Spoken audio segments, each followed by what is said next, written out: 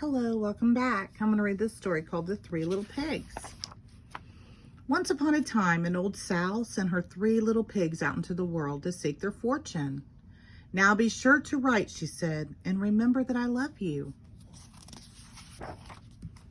The first little pig met a man with a load of straw. I know, said the little pig, I'll buy your straw and build a house. That's not a good idea, said the man. Mind your own business, thank you, said the little pig.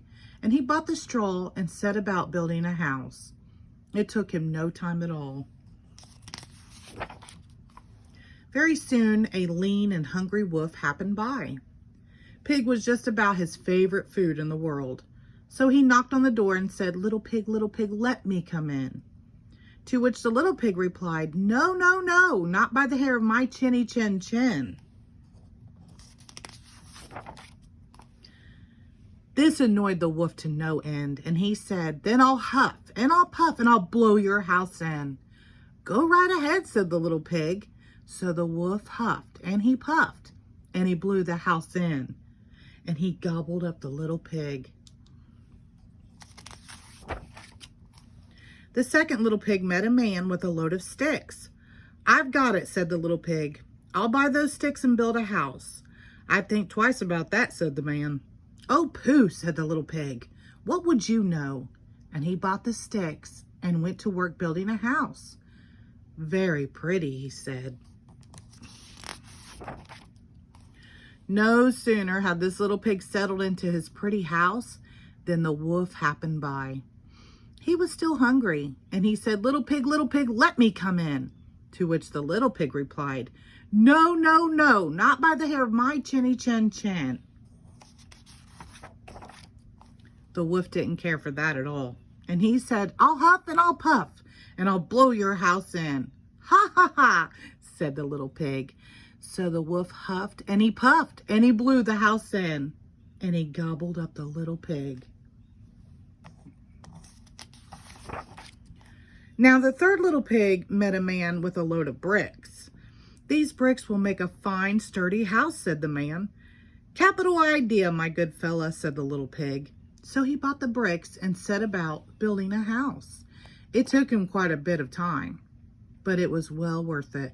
Nice and solid, said the little pig. Nice and solid. But no sooner had the little pig moved in than he noticed the wolf loitering about. And the wolf, who was still hungry, said, little pig, let me come in.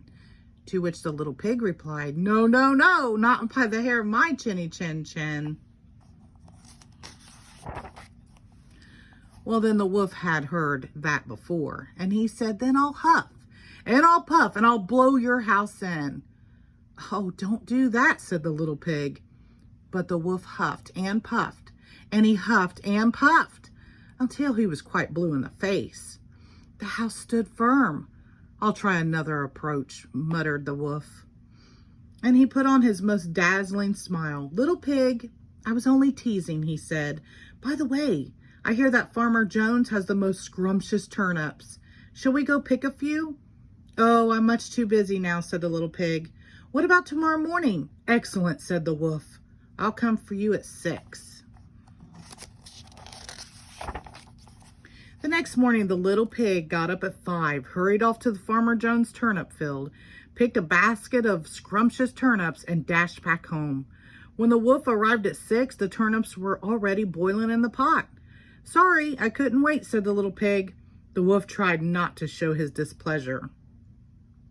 No harm done, he said. By the way, there is a lovely apple tree down in Merry Meadow.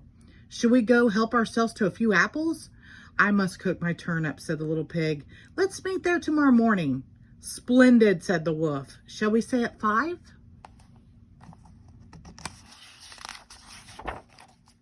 The next morning, the little pig was up at 4 and went off for the apples. It took longer than he expected to reach Merry Meadow, and while busy gathering apples in the highest tree, he saw the wolf approaching. Do try one of these, he called down, throwing an apple as far as he could. When the wolf chased after the apple, the little pig shimmied down the tree and made it home safely. The next day, the wolf came again. Really, he was quite put out. "There's a fair today on Hog Hill," he said. "Would you care to go?" "Why don't we meet there?" said the little pig. "Would 3 o'clock suit you?" "Colossal," said the wolf. "3 it is." Just to make sure, he would be there at 2. At 1 in the afternoon, the little pig went to the fair and had a fun time. So fine that he lost track of the hour. Suddenly, out of the corner of his eye, he saw the wolf coming up the hill. Without a minute to spare, the little pig jumped inside an empty butter churn and rolled down the hill toward the wolf. Well, the wolf was so scared, he ran all the way home. That evening, the wolf went to the little pig's house and told him how frightened he'd been by a great round thing that came down the hill. "Frightened you, did I?" said the little pig. "That great round thing was a butter churn, and I was inside." This was simply too much for the wolf to stand. I've been nice long enough," he cried. "I'm going to eat you up right now." And he climbed into the roof. When the little pig saw this, he put a big iron pot in the fireplace and quickly stoked the fire. "Here I come," cried the wolf. "Dinner time." "You can say that again," said the little pig, and he cooked that mean old wolf and gobbled him up. The end. Thank you.